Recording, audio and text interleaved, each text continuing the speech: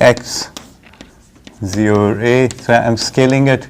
I'm making it a times slower in the frequency domain. That corresponds to making it a times faster, a to the n xk in the time domain. So this is frequency domain, that's time domain. And so that's the scaling. And then this one interesting property over here for z, which I don't think the Laplace has, but this is time reversal. And this is what the homework problem actually looks at. So time reversal says that if we have xk, let me just write this down, xk corresponds to xz, then x of minus k corresponds to x of z inverse. So, what we're really saying in this one over here is that we are kind of having this, what's n in the scaling? N, k. What am I doing here? No, it's a second. What is n? Sorry, it's a. There's no n. Where did I put the n there? Yeah, there's no n there. It's just a times x. Yeah. Yeah, there is no n. Sorry. There's n too. Where is just a minute? In x there's n as well. So in the scaling? Scaling in the z domain. Yeah, I know. In this text, it's a mistake. Okay. Yeah, that's what I'm saying. Yeah. I have no idea where that n came from. Oops, sorry. Okay. To be honest, the way I made this table was I couldn't paste the Laplace table. Okay. Doing this is, writing tables is no fun at all. So I did the Fourier table and then the Fourier to the Laplace and then the Laplace to the Z. And in doing so, I made more than one mistake. So I corrected many of them, but I didn't catch everything. Thanks. Okay. Right. To come back to this, so what we're saying over here is that we have some signal which is causal, it's going over time, and we have some signal over time like this, positive k, that's xk. So what does x minus k mean? X minus k means if we kind of flip it around and we go backwards in time, something like that, it's a mirror image flipped over, okay? And that's time reversal. Now, why would you want to do time reversal? In some cases, when you're doing control systems, it's useful. I guess I'll just leave it at that. It's just, I guess, a trick to have. And then the nice thing is all you have is that the z becomes z inverse. So for the homework, we had to find the sine minus k omega u minus k. So that's the negative thing over here. And so we just flip the value of xz. So x z for sine is given by z inverse sine omega by 1 minus 2 z, sorry, is 2 z inverse cos omega plus z to the minus 2. And so to find x of, in this negative thing, this is for sine, omega, k omega. So for the other one, you just make the z's go away, like so. Just make it positive, and that's what you get, because it's, you just convert z inverse to z, and so that's the answer.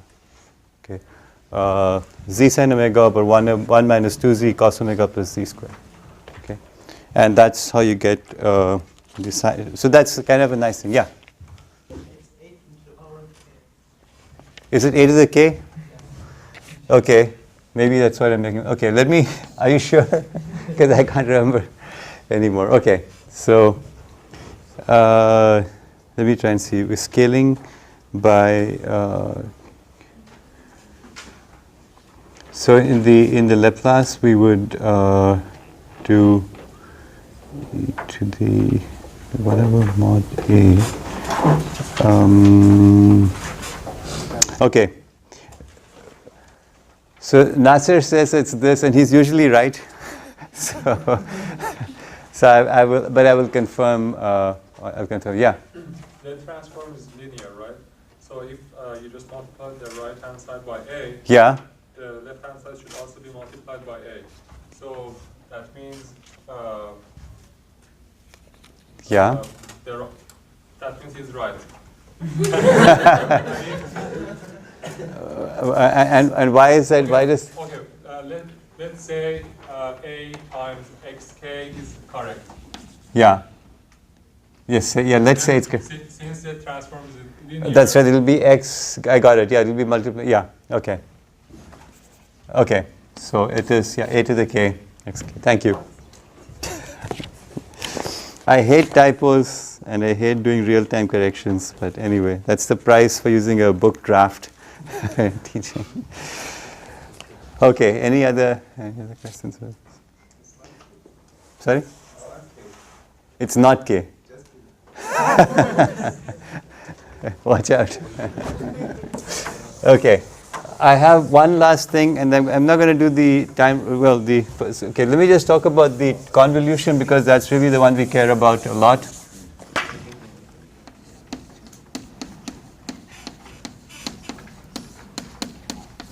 So convolution basically says that if you have x1k convolved with x2k, this corresponds to the transforms getting multiplied. That's again the exact same thing that we see with the Laplace and everything else. Yeah?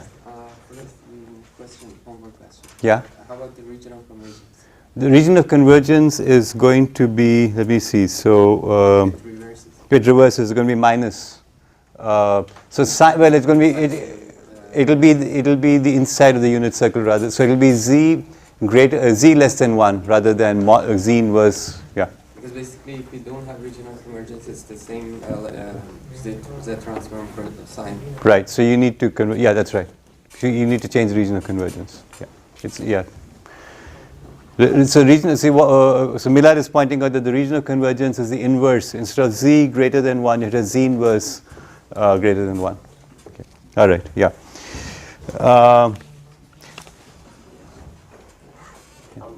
So if you use the tables, I'm not sure if that's correct. Ah. Time reversal. Yeah, so I talk about 1 over alpha less than 0, 1 over beta, where it's alpha less than beta. So in this case, alpha is 0. In this case, it's the mod z should be between 0 and 1 for the sign. And here it should be, mod z should be Okay, so 1 over. the sign section, z is greater than 1. Yeah, z is greater than 1, right? Okay, so and alpha is. So it should be z less than 1 should be. Sorry? Yeah, so infinity to 1, right? Between 1 is less than z less than infinity. So alpha and beta are 1 and infinity for the sign. Okay, alpha. Yeah, okay. It's 1 and infinity for alpha and beta, and then you take the inverses, will be 0 and 1. Okay. All right, so convolution, which is really the property we really care about, and what we're talking about here is that we take the convolution, and just like the convolution gives us, with the impulse response tells us the output of a linear time invariant system, same thing is true for a discrete LTI. So for discrete LTI, this is exactly what we want. We want to use this, and then we'll get the output, and that really is the basis for analysis of discrete systems. Okay, and that's what that's the bottom line here. Let me see. We have a few minutes. I'm going to take a minute to show you how to use this convolution property for a simple system, and then we'll take a break. So the system we want to look at is this. We have the discrete. We say that it's a discrete system, and the discrete is given the impulse response.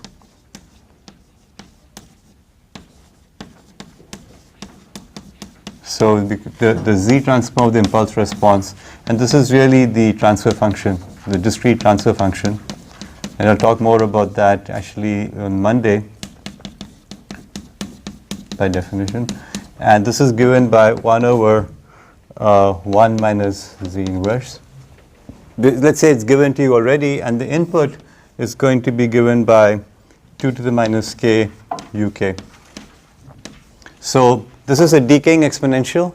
Okay, it's half, 1/4, 1/8, and so on. So it's a decaying exponential, and this is some function of some system defined by 1 over 1 minus z inverse. So the output is going to be given by the convolution. It's going to be given by 2 to the minus k. So it should be given to the z transform of 2 to the minus k uk multiplied by 1 over 1 minus z inverse, and this is given by the transform of this is 1 over 1 minus z inverse by 2, 1 over 1 minus z inverse, okay. And so we get a product form, and using the method of partial fractions, we can rewrite this, okay, as 2 over 1 minus z inverse. I think there's a typo in the text. It says 2 over 1 minus z. It should be 2 over 1 minus z inverse minus 1 over 1 minus z inverse by 2. So those are two partial fractions, are 2 and minus 1. And then this, by inversion, essentially gives us the solution, which is going to be 2 uk. And again, there's a typo that the uk is missing, plus half to the k uk. So this is, if you look at this, what it says is that 2 uk is a value at 2, like so. That's 2 uk. And then half to the k uk is basically at a half. It's going down like this, sorry. It's exponentially decaying like that. And so you sum it up, what you'll get is something that goes like this, and then kind of decays, eventually gets to 2, okay? And that's the output of the system. So we are saying that if you have this transfer function, you give it this input, this is what's going to happen. We're going to get basically kicking it with an impulse of strength 2, okay? 2 to the minus 0, so the impulse of strength 1, and right, so at any rate it's going to go up to here, and don't you do have a 2 there? No, I'm kidding. Let's see. Yeah, so this is what the system is going to respond with, and so we can kind of predict the output of the system given the input and the transfer function. So for us right now, it's just an exercise in Z transform. We take the input, we take the transform, multiply it, do the inverse, get something. It has no physical meaning, but as soon as you start talking about control theory, it actually has some meaning, and that's what we'll study basically from now on. Control theory is where we'll actually take into account everything so far is going to come into effect, that is linear algebra and transforms. All of these are really so that we can sink our teeth into control theory. Now, it's a very big subject, and there are many, many things going on. So again, what we're going to do is to just get to the top of the first foothill so you can see the lay of the land, what lies beyond. And so the control theory, it's just a taste of control theory. If you really need to do control theory, you should take a course on it, or maybe even more than one course on it. This is just giving you a taste. Nevertheless, I'm trying to get you the intuitive feeling for what's going on. Even the most complicated control system, in fact, can be intuitively understood if you know what is going on. So to do that, I want to talk about two terms. One is called responsiveness, and the other one is called stability.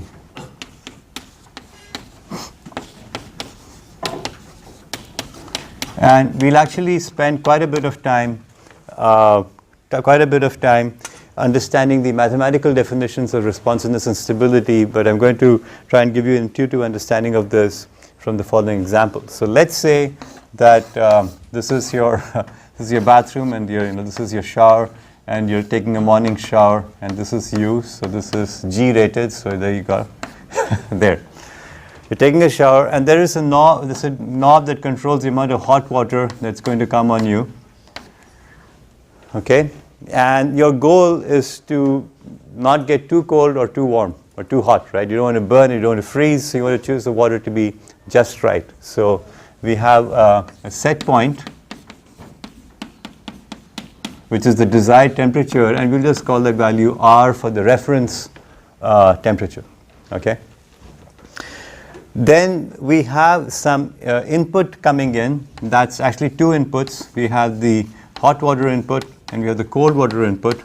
So we can call that x1 and x2. So we have two signals, hot and cold water signals coming in, and we call the inputs.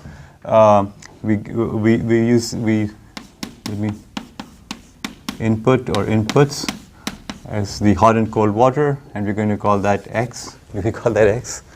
I can't believe I forgot already. Okay. Yeah, x is the input. Okay. Right. The next thing we want to do is that we want to anyway.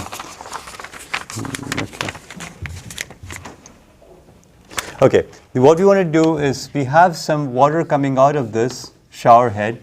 So it's the water out, and that we'll call y. Okay, that's the output. And then what happens is it falls on you, right? And so when it falls on you, you are going to measure the temperature. Okay, you're going to measure it. And so we have the measurement.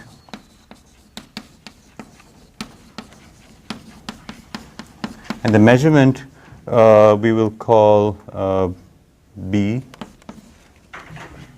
Okay. And now what we want is that we want the water temperature to be at our desired temperature, right? Maybe it's too hot or it's too cold, right? So you have the water temperature is B and you want it to be at R. So we have an error. And the error is going to be E. It's going to be basically BR minus B or B minus R. It doesn't really matter which way you do it. Give you some error over here. And so what we do is if it's too hot, what we do is we have a control.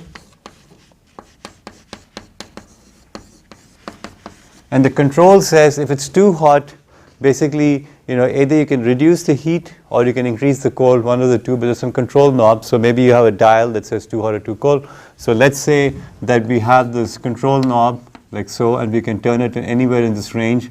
This is hot and this is cold. So I can move it in some direction, and that is my U. I can make it hotter or colder. So that's my control knob over here. So how does the control system work? You get in the shower, turn on the water. It's too hot, you make it less hot, right? And then it gets the right temperature, you stop. Or if it gets too cold, you make it warmer, and then when it gets the right temperature, you stop, right? So what we're doing over here is that we are using what we call feedback control, because we are measuring the actual output, and we are computing the error term, which is the difference between the output, the measurement actually, and the set point. And using this difference, we are able to choose what control to do, what control action to take. Okay, so that's how you take a shower. All right, so I was going to tell you how to do stability and what the stability and responsiveness mean in this context. So given this, let's see what responsiveness means.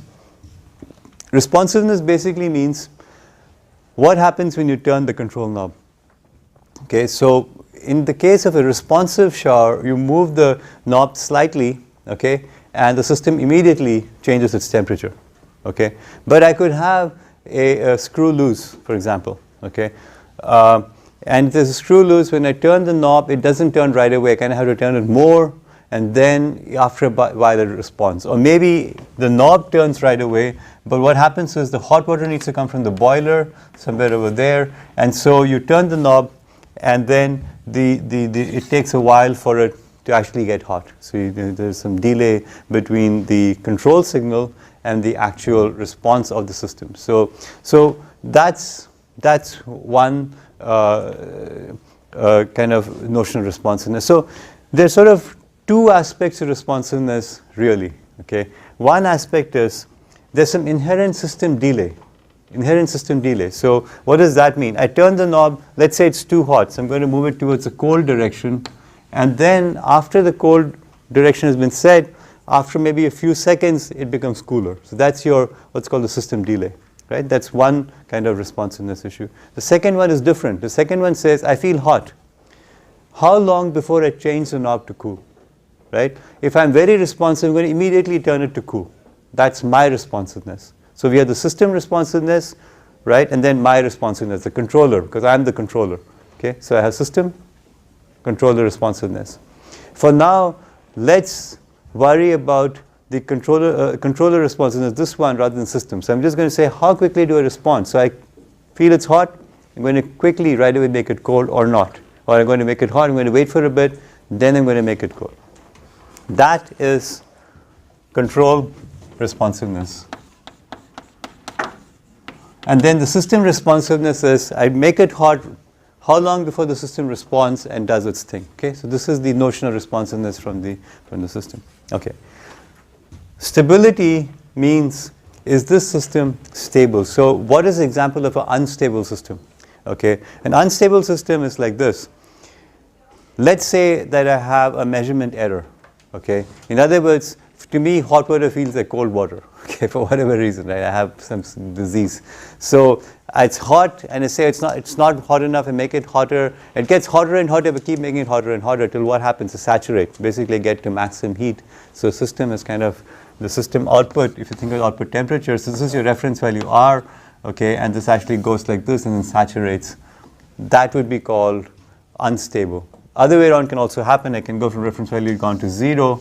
Maybe I go to whatever the reference value is, and then I stop, saturate there. So in both cases, I'm diverging, right? Another way of instability or marginal stability would be this. You kind of have this. What happens? It's too hot, and you change it, and it becomes too cold, and you change it. I have had this too many times, okay, in my life. It's terrible.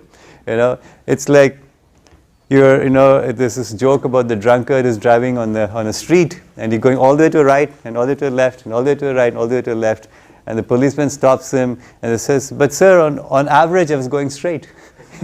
So mean values don't tell you the distribution, right? I mean, the policeman is going to say, but the support of your distribution is too broad. You need to have much narrower variance in the distribution, and that would be two statisticians. The policeman is a statistician, and this guy is a mathematician, and they're arguing with each other. Of course, if you're too drunk, you will not understand what it is. You'll say, oh, the coefficient of your variation is too large, okay? But in any case, ideally, you want the response to be, you want to have some kind of, this is what you want it to be, but if you're the drunkard on the road, on average, you're doing fine. And, if the shower is very hot, very cold, on average, you're getting a perfectly good shower. Okay, you're getting scalded and frozen. On average, you're doing pretty fine, okay?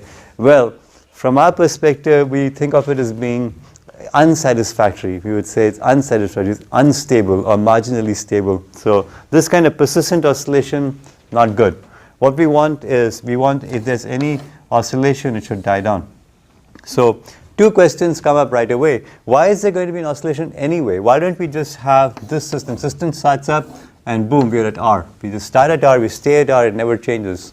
Why not? Okay, or maybe there's some initial value, it goes up to R and just stays there forever. Why not? Okay, that's the first question. Second question, why are these oscillations coming in the first place?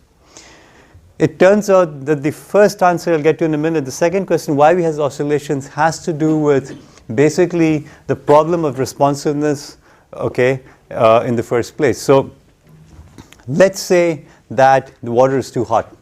The water is too hot, and I just let it be too hot, and then I slowly, very, very slowly turn the thing to cold. Okay, I'm being very slow in my response. Okay, the other way is the water is hot, I immediately turn the water down. Immediately turn the hot water down, make it cooler. This controller responsiveness is good if the system is also responsive. But if the controller is responsive and the system is sluggish, we have problems. Why is this? Let's think about that, right? The water is too hot. Immediately, as it goes slightly above my reference temperature, I'm going to make it cooler. However, there's a time delay for the responsiveness, so it's still hot. So I say, oops, I'd better make it down, reduce it even further. So you reduce it down further. What's happening is the system is, the water from the boiler is coming, it's shutting down. The cold water is coming in, but it's taking its time. But you keep saying, reduce hot, reduce hot, reduce hot. And when it actually comes, what happens is that it gets very cold. You say, okay, increase the heat, keep increasing the heat, but it's going to take a while for the increased heat to happen. So while it's doing, what's happening is you're getting colder and colder and colder, and you keep increasing the heat. Now the heat level is very high, and finally the heat starts kicking in. It gets hotter and hotter and hotter, When it goes to reference, it go down, down, down, down, down, but it keeps going up because it's delayed, right? So so what happens is that what you get is you get these two beautifully out of phase sinusoidal oscillations, okay? When it's a peak of heat, you're going to say make it maximum cold, and then at that point the cold starts coming in. You say, okay, I can make it hot, but the cold is still coming in, right? So you're going to be this perfectly out of phase, and on average you're getting a good shower, but not in reality, okay? What's going on? What's going on is that our system is very responsive. As soon as it got hot, you said, make it colder. What if you did the following? It gets hot, you wait. Say, okay, I'm going to suffer a little bit. I'm going to make it slight change. Then the system has time to respond. You have slight change, system time to respond, slight change response. It gets you even, and then you don't make any more changes. What you're doing is you're reducing your responsiveness. You're not knee-jerk reaction like the temperature is hot, boom, I'm going to go all the way down. Because what happens is you're trying to choose your reaction time, your delay, to be tuned with what the system is doing. And if you do that, you get this nice thing. But if you are going to be too jerky in your responses, you're going to get this oscillation back and forth, okay? That intuition is really at the heart of control theory. Okay, the heart of control theory is how do you choose your responses so that you get stability. And what control theory proves to us is that these two things are actually hate each other. If you have a very responsive system, even the smallest delays will cause problem with stability. So you have to make a trade-off. Either I'm going to be very responsive, or I might lose stability, or I'm going to be very unresponsive, in which case I have an unsatisfactory experience because it's going to take a very long time for me to get to my reference temperature. Okay. I'm going to spend just a minute more and tell you what the other thing was, which is why do we have these in the first place? A control system is a real system. And in a real system, we have problems. We have things that don't work as you expected. So for example, I'm taking a shower, everything is nice, and then my daughter goes and turns on the water to wash her hands, and my reference temperature is going to go down. It's going to go colder because she used some hot water to wash her hands. So I have basically what's called a disturbance to the system. And that's the last thing I'm going to say here, that's disturbance. And disturbance will always be there. I mean, the disturbance is there. I have to somehow recover back to stability. Okay? So the whole point of control is that despite the disturbances, no matter what they are, I'm going to get back to my reference output. And the way I do it is I use this control feedback, which has to choose between responsiveness and stability.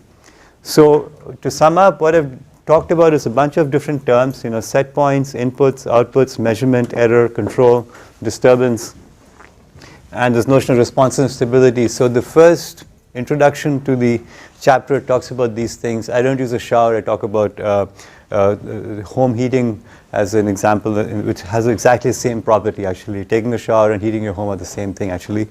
In the next class, I'll talk more about sort of the mathematical basis of this. Okay. All right. I believe the N3 building is opening in 10 minutes, and there's going to be free cookies. So if you go at 10:30, you can have some cookies and enjoy the celebration. Okay. Thanks.